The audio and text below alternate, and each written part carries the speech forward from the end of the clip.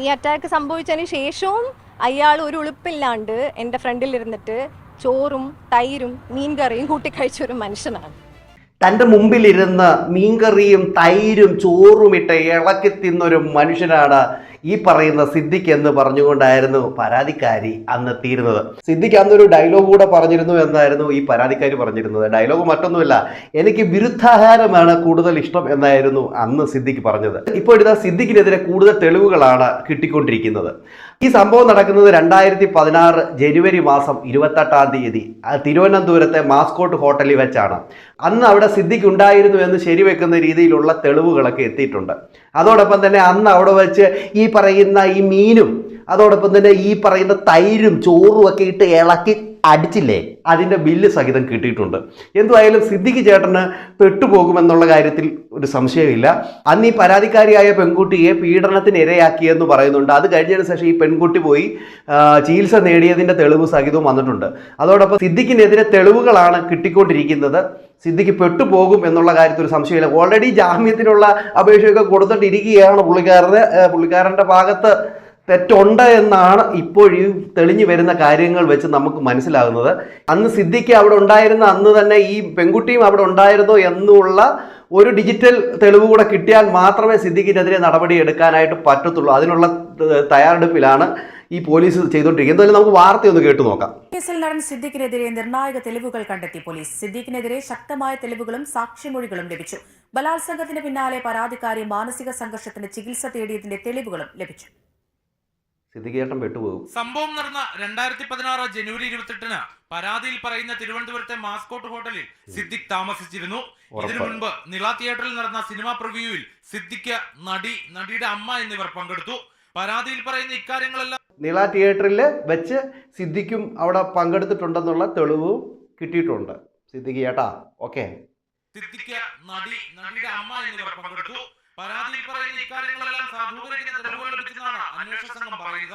സിദ്ദിഖ് ഹോട്ടലിലെ 1-ാം നിലയിലുള്ള 101D എന്ന മുറിയിൽ താമസിച്ചതിന്റെ രേഖകൾ ഹോട്ടലിൽ നിന്ന് പോലീസിന് ലഭിച്ചു. ജനുവരി 27-ന് രാത്രി 12 മണിക്ക് മുറിയെടുത്ത സിദ്ദിഖ് പിറ്റേന്ന് വൈകിട്ട് 5 മണി വരെ ഹോട്ടലിൽ ഉണ്ടായിരുന്നുവെന്നും തെളിഞ്ഞു. ചോറും മീൻകറിയും തൈരുമാണ് സിദ്ദിഖ് കഴിച്ചതെന്ന യുവതിയുടെ മൊഴി ശരിവെക്കുന്ന ഹോട്ടൽ ബില്ലും അന്വേഷണ സംഘം കണ്ടെത്തി. പ്രിവ്യൂ ഷോയിൽ പങ്കെടുത്തവർ നൽകിയ മൊഴികളും നിർണായകമായി. ബലാത്സംഗത്തിന് പിന്നാലെ കാക്കനാട്ടും പിന്നീട് കൊച്ചി പനമ്പള്ളി നഗറിലുള്ള 2 വനിതാ സൈക്കാട്രിസ്റ്റുകളുടെ ചികിത്സയിൽ കഴിയുന്നതായിരുന്നു നടിയുടെ മൊഴി. രണ്ടുപേരും ഇക്കാര്യം ശരിവെച്ച് അന്വേഷണ സംഘത്തിന് മൊഴി നൽകുകയും ചെയ്തു. ബലാത്സംഗം നടന്ന 1 വർഷത്തിന് ശേഷം കാട്ടാക്കടയിലുള്ള ഒരു സുഹൃത്തിനോട് യുവതി ഇക്കാര്യം പറഞ്ഞിരുന്നു. പോലീസിന്റെ ചോദ്യം ചെയ്യലിൽ സുഹൃത്ത് ഇക്കാര്യം ശരിവെച്ചു.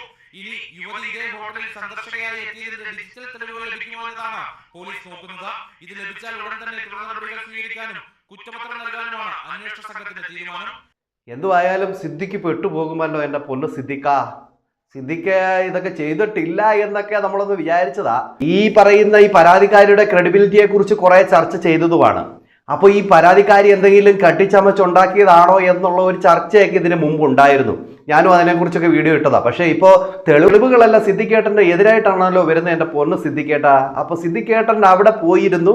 സിദ്ദിഖേട്ടൻ്റെ ആ മീൻകറിയും അതോടൊപ്പം തന്നെ ആ പറയുന്ന തൈരും ചോറും ഒക്കെ ഇട്ടങ്ങോട്ട് ഇളക്കി അടിച്ചു. എന്നിട്ട് പരാതിക്കാരി ചോദിക്കുന്ന സമയത്ത് എനിക്ക് വിരുദ്ധാകാരമാണ്, എനിക്ക് ഇഷ്ടമെന്ന് പറഞ്ഞൊരു ഡയലോഗൊക്കെ അടിച്ചു എന്നാണ് പുള്ളിക്കാരി അന്ന് ആ പരാതി പറഞ്ഞിരുന്നത്. അത് നമുക്കൊന്ന് കേട്ടു നോക്കാം. ഈ അറ്റാക്ക് സംഭവിച്ചതിന് ശേഷവും അയാൾ ഒരു ഉളുപ്പില്ലാണ്ട് എൻ്റെ ഫ്രണ്ടിൽ ഇരുന്നിട്ട് ചോറും തൈരും മീൻകറിയും കൂട്ടിക്കഴിച്ച ഒരു മനുഷ്യനാണ്. അപ്പൊ അവിടെ ഇരുന്ന് ചോറും മീൻകറിയൊക്കെ ഇട്ട് കൂട്ടിക്കുഴച്ച് കഴിച്ചിട്ട് ഒരു ഡയലോഗൊക്കെ അടിച്ച പുള്ളിക്കാരനാണെന്ന് ഈ പരാതിക്കാരി പറഞ്ഞിരുന്നു. അപ്പൊ അതിനെ ശരിവെക്കുന്ന രീതിയിലാണ് ഇപ്പോൾ വന്നിരിക്കുന്ന തെളിവുകളൊക്കെ. എന്തായാലും സിദ്ദിഖേട്ടൻ കുടുങ്ങും എന്നുള്ള കാര്യത്തിൽ ഒരു സംശയവുമില്ല. ഇനി ആ പരാതിക്കാരി അന്ന് അവിടെ ഉണ്ടായിരുന്നോ, അതായത് ഈ സംഭവം നടക്കുമ്പോൾ അവിടെ ഉണ്ടായിരുന്നോ എന്ന് തെളിയുന്ന രീതിയിലുള്ള ഡിജിറ്റൽ തെളിവൂടെ കിട്ടിക്കഴിഞ്ഞാൽ സിദ്ദിഖ് എണ്ണൻ അഴിയെണ്ണാനുള്ള സാധ്യതകളൊക്കെ കാണുന്നുണ്ട്. എന്തായാലും ഹേമ കമ്മിറ്റി റിപ്പോർട്ടിൽ ഒരു പരാതിയൊക്കെ ജെനുവിനായിട്ട് വരുന്നു എന്ന് കാണുന്നതിൽ വളരെയധികം സന്തോഷമുണ്ട്. മുമ്പ് ഈ പറയുന്ന ഈ പരാതിക്കാരിയുടെ ക്രെഡിബിലിറ്റിയെക്കുറിച്ചൊക്കെ ഒത്തിരി ചർച്ച ചെയ്യപ്പെട്ടതാണ്. കാരണം ഈ പുള്ളിക്കാരി പഠിച്ച ആ ചൈന കോളേജിലെ സംഭവവും കാര്യങ്ങളും ഒക്കെ ഒത്തിരി ചർച്ച ചെയ്തിട്ടുള്ളതാണ്. നമ്മൾ അതിനെക്കുറിച്ചൊക്കെ ഒത്തിരി വീഡിയോ ഇട്ടിട്ടുള്ളതുമാണ്. എന്തായാലും ഈ പറയുന്ന സിദ്ദിഖ് തെറ്റ് ചെയ്തിട്ടുണ്ടെങ്കിൽ സിദ്ദിഖ് ശിക്ഷ കിട്ടുക തന്നെ വേണം.